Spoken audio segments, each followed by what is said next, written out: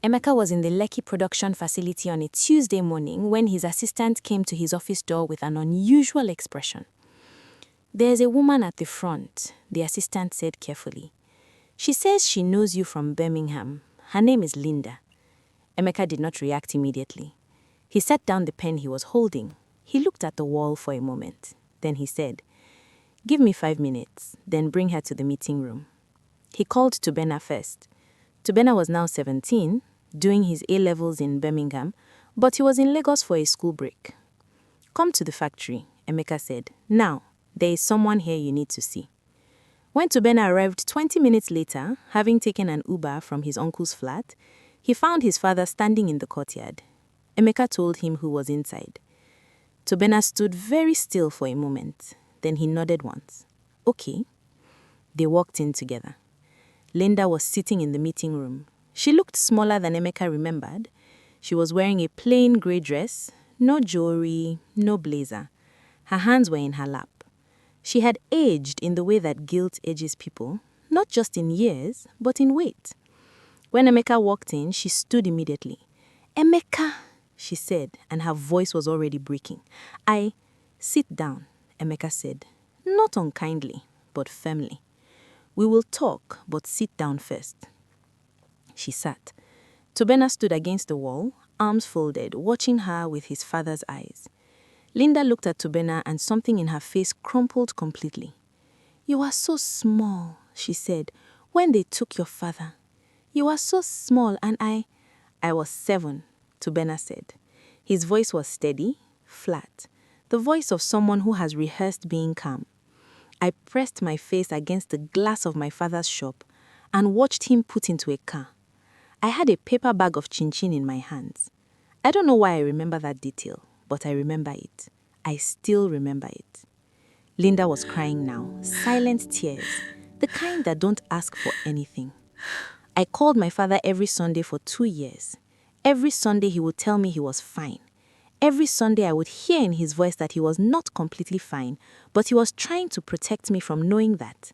I was 8, 9, 10 years old, having Sunday phone calls with a father I could not touch because you wrote a letter." Linda said nothing. There was nothing to say. Emeka spoke. "I want to ask you one question, and I want an honest answer." Linda looked at him. "Did you know, when you wrote that letter, that my documents were legitimate? Did you know that I had done nothing wrong?" A long silence. "Yes," Linda said. Her voice was barely audible. "I knew." The room held that word for a moment. "Thank you for telling me the truth," Emeka said. "I needed to hear you say it." He leaned forward slightly, his hands flat on the table. "Linda, I have forgiven you 3 years ago. Not for you, because I was carrying anger like a second deportation, a weight I was carrying voluntarily, and I decided to put it down. Forgiveness was my decision. It had nothing to do with you. You did not earn it, and you cannot lose it. It is simply done." Linda wiped her face. "But," Emeka said, "forgiveness is not the same as trust. It is not the same as friendship. It is not the same as a place at this table. You took 2 years of my son's childhood. You took the first business I built with my hands. You cannot give those things back, and I am not going to pretend otherwise."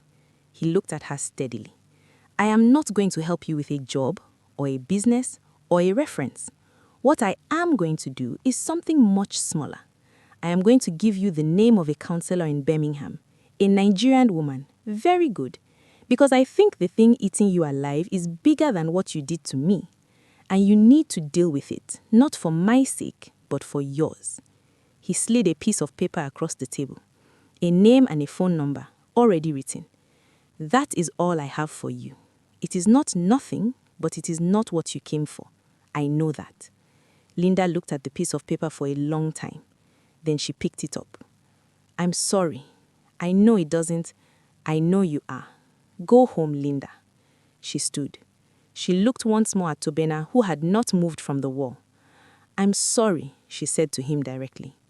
Tubena looked at her for a long moment. He was 17 years old, and the child who had pressed his face against glass was still in there somewhere, watching. "I heard you," he said. He did not say he forgave her. He did not say he didn't. He simply said, I heard you. And he held her gaze until she looked away first. She left. Father and son stood in the meeting room after the door closed. The hum of the ovens from the production floor, the smell of cardamom braid in the air. Are you okay? Emeka asked his son. He thought about it honestly. I think so. I think I will be. Emeka put a hand on his son's shoulder. Come, he said.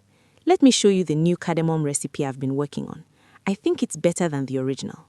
They walked back into the kitchen together. I know you've been enjoying my stories. Kindly support us by liking, commenting, sharing, and following us on our TikTok and YouTube.